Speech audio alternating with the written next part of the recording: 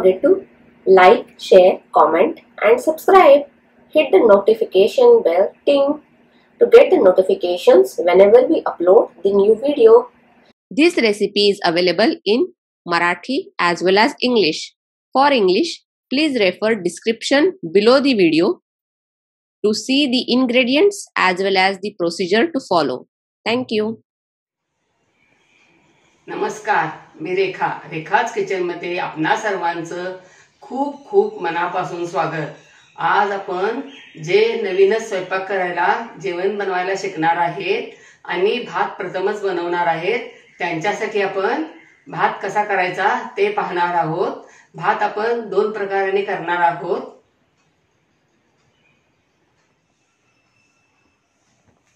प्रथम आपण कुकर मध्ये भात कसा लावायचा ते पाहूया. आणि साहित्य, या कपानं 1 कप तांदूळ, अर्धा टीस्पून मीठ, 3 कप पाणी.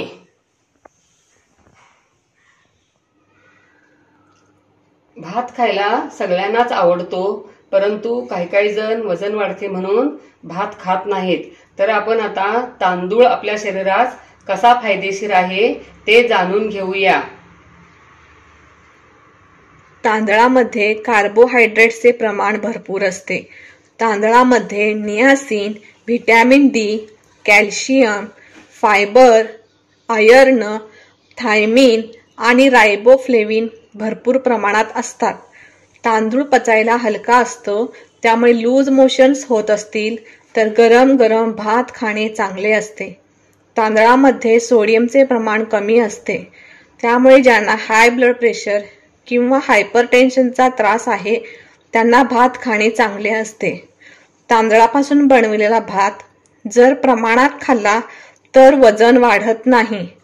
तांदूळ व मूग डाळ समप्रमाणात घेऊन ते खमंग भाजून मिक्सरवरती जाडसर रवा करून त्यामध्ये मीठ व जिरेपूड घालून लापशीसारखे करून खायला देणे हे 2-3 वर्षापर्यंतच्या लहान मुलांना देणे चांगले असते. त्यामुळे रोजच्या आहारात थोडा तरी भात खाणे आवश्यक आहे. मी हा 1 कप बासमती तांदूळ घेतला आहे. तुम्हाला तुमचा आवडीचा कोणताही तांदूळ तुम्ही घेतला तरी चालेल. प्रथम तांदूळ धुवून घेऊया, कारण याच्यावरती औषधं वगैरे मारलेली असतात, त्यामुळे धुवून घेणे चांगले असते.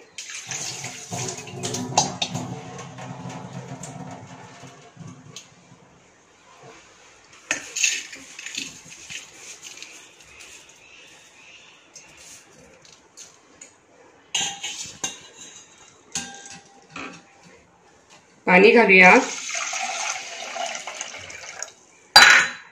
चवीनुसार मीठ घालूया,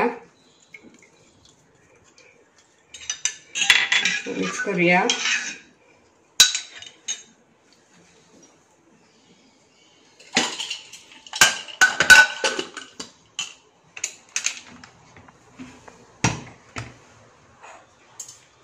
कुकरला आपण आता 3 शिट्ट्या करूया आणि 3 शिट्ट्या झाल्यावर 5 मिनिटं मंद गॅसवरती ठेवायचं, म्हणजे भात चांगला उमगळतो. पूर्वी भात शिजला की चुलीबाहेर विस्तव काढून त्याच्यावरती भात उमगळायला ठेवायचे. त्या भाताची तर चव मस्तच लागते.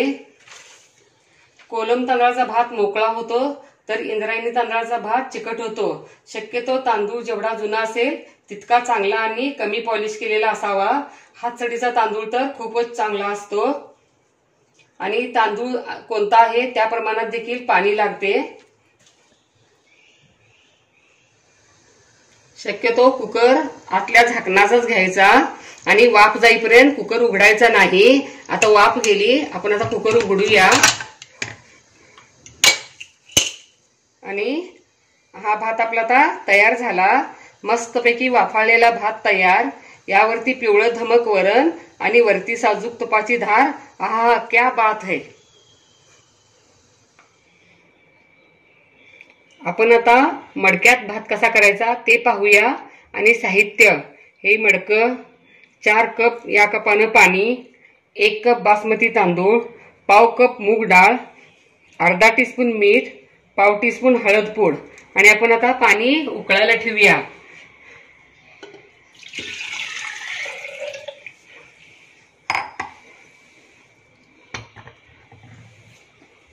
वरती भात करताना थोडं पाणी जास्तच लागते आणि तांदूळ पाणी उकळल्यावरच त्यामध्ये घालायचे. पाणी उकळले का बघूया. पाणी उकळले. आपण आता डाळ तांदूळ धुवून घेऊया.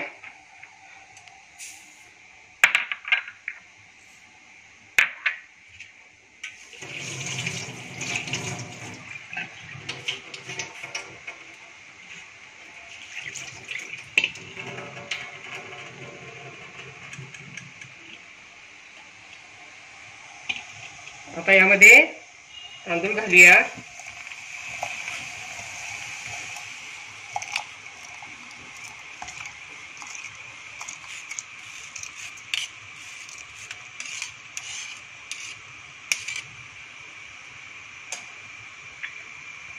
चवीनुसार मीठ घालूया. हळद पूड घालूया आणि आता हे मिक्स करूया असं.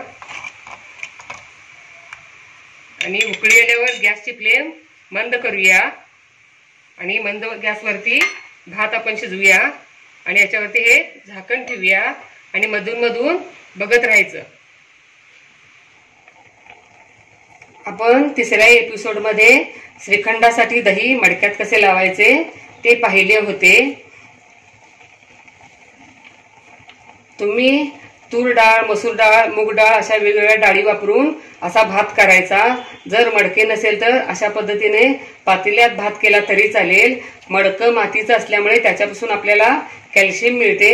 भातही खूप पौष्टिक होतो आणि चवदारही. वरण आमटी करायला वेळ नसेल, गडबड असेल तर गरमागरम भात, मस्तपैकी मेथकूट, वरती तुपाची धार अफलातून लागते. शेंगदाणा चटणी, लसूण, जवस, तीळ, कारळं अशा चटण्या देखील भाताबरोबर खाता येतात. आता भात शिजला आहे का बघूया. यातलं असं एक शीत घ्यायचं. आजूबाजूचं भात शिजला आहे.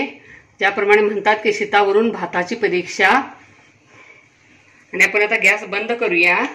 आणि आता हा डाळ भात तयार झाला. अशा पद्धतीनं मडक्यात आणि कुकरमध्ये भात तुम्ही जरूर करून बघा. तुम्हाला नक्कीच आवडेल. लाईक आणि सबस्क्राईब करा. कमेंट बॉक्समध्ये कमेंट टाका. पुन्हा असेच भेटत राहू नवीन नवीन आणि वेगवेगळ्या रेसिपी घेऊन महत्त्वाच्या टिप्ससह. धन्यवाद. मस्त खा आणि स्वस्थ रहा. Don't forget to like, share, comment and subscribe. Hit the notification bell ting to get the notifications whenever we upload the new video. Stay tuned for healthy, tasty and homemade recipes every week. Thank you.